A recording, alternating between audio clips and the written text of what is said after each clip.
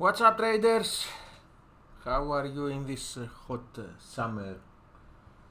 Let's have a quick look in the hottest markets. Starting with what else? The dollar, the US dollar, the DXY index.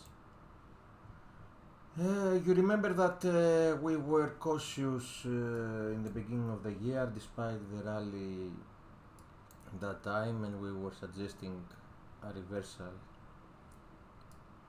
that was coming, and of course we saw this materializing due to several reasons, tariffs, Trump, and all those drama.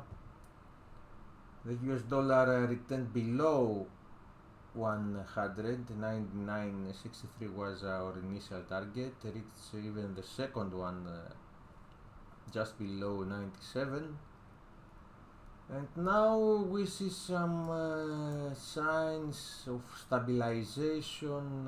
Maybe someone would say that we have one falling wedge.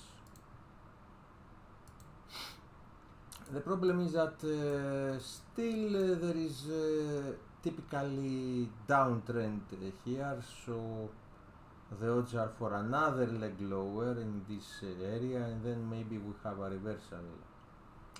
But it is in the middle of summer, and August usually markets are very thin in volume, but you never know. We also have FOMC this week on Wednesday, so everything is possible. Same situation in the reverse, of course, for the Euro. Euro is taking the pride of the weakness, of the dollar weakness, because situation in Europe is even worse than the US, but markets for now don't care. A little bit more dovish for the cable, I mean in comparison with the Euro, okay. Cable, of course, rallied deep. We pointed the reversal back in the beginning of the year,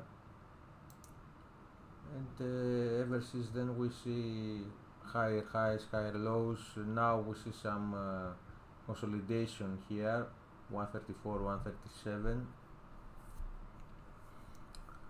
137. This will follow the general dollar move. Okay.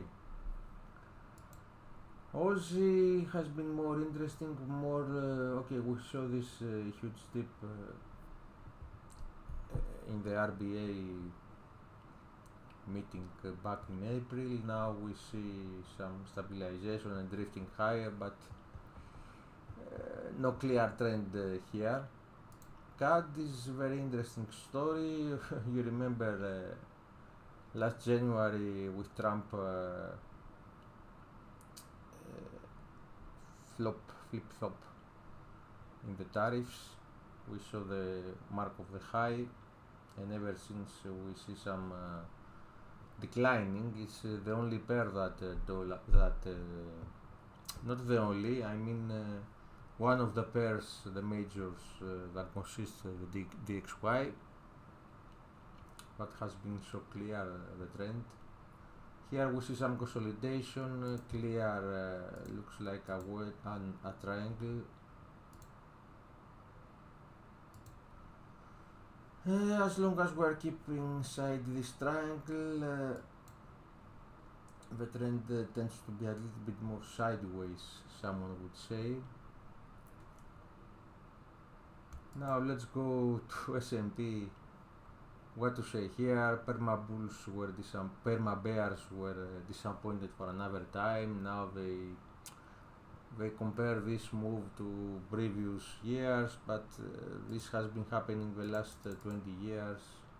This pattern, lower and then new high, lower and new high, lower and new high.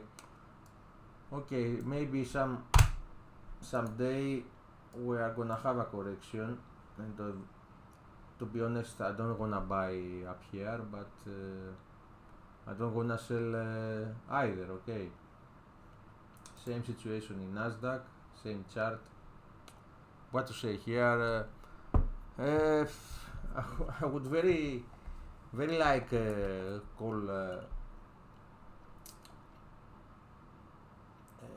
a big sell here, a big short, but in current conditions is very tough for stocks to correct a lot. I mean to drop again below.